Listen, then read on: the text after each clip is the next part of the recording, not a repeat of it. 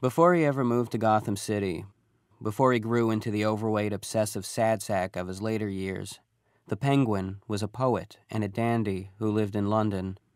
He wrote complex villanelles and threw lavish dinner parties at which he only became more charming the more he drank. He wore a monocle, a top hat, and carried an umbrella.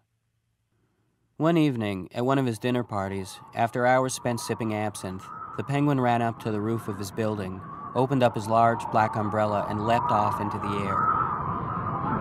As he coasted to the ground, he hollered out lines from Blake, stuff about grabbing life by the fat of its stomach and giving it a twist. He was that crazy. He was that bursting with life. From that night on, he made it his habit to jump off roofs ever higher while clutching an umbrella. After a while, he got pretty good at it, too.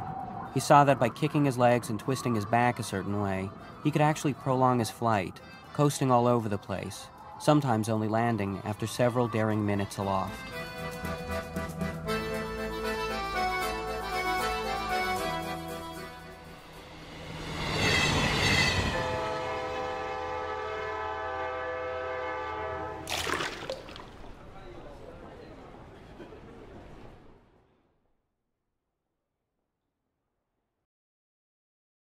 It came to pass that the Penguin started hearing more and more about a certain nanny named Mary Poppins.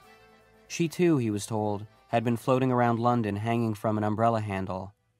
Everywhere he went, the Penguin kept hearing about her, how it was simply insane that they had not met each other yet.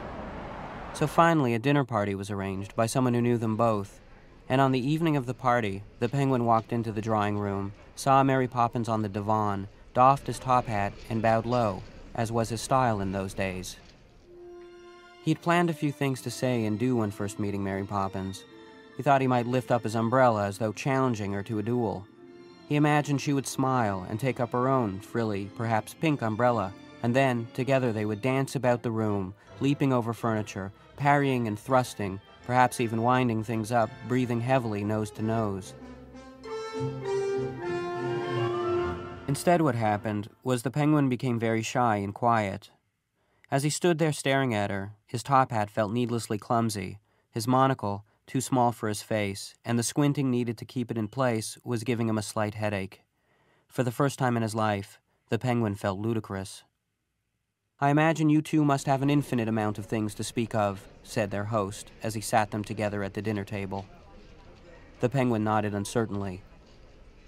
After 3 or 4 minutes, it became clear that the Penguin and Mary Poppins had absolutely nothing to say to one another that did not deal exclusively with umbrella travel, getting stuck in trees, the shoulder aches, anxiety about tipping over in the wind. Everyone at the table just sat there staring at them expectantly, which made the whole thing even more awkward. Trying to move things along, Mary Poppins asked the Penguin if he liked to sing, to which the Penguin responded, "Only when I'm drunk." Then she asked if he enjoyed children, to which he replied, "Yes, in a sweet wine sauce." The Penguin then asked Mary Poppins how she kept people from looking up her skirt when she flew.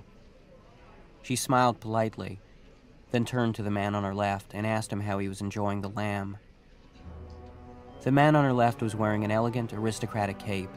Mary, a bit drunk on the sherry, noted that if he spread his cape out, he might be able to glide about like a bat.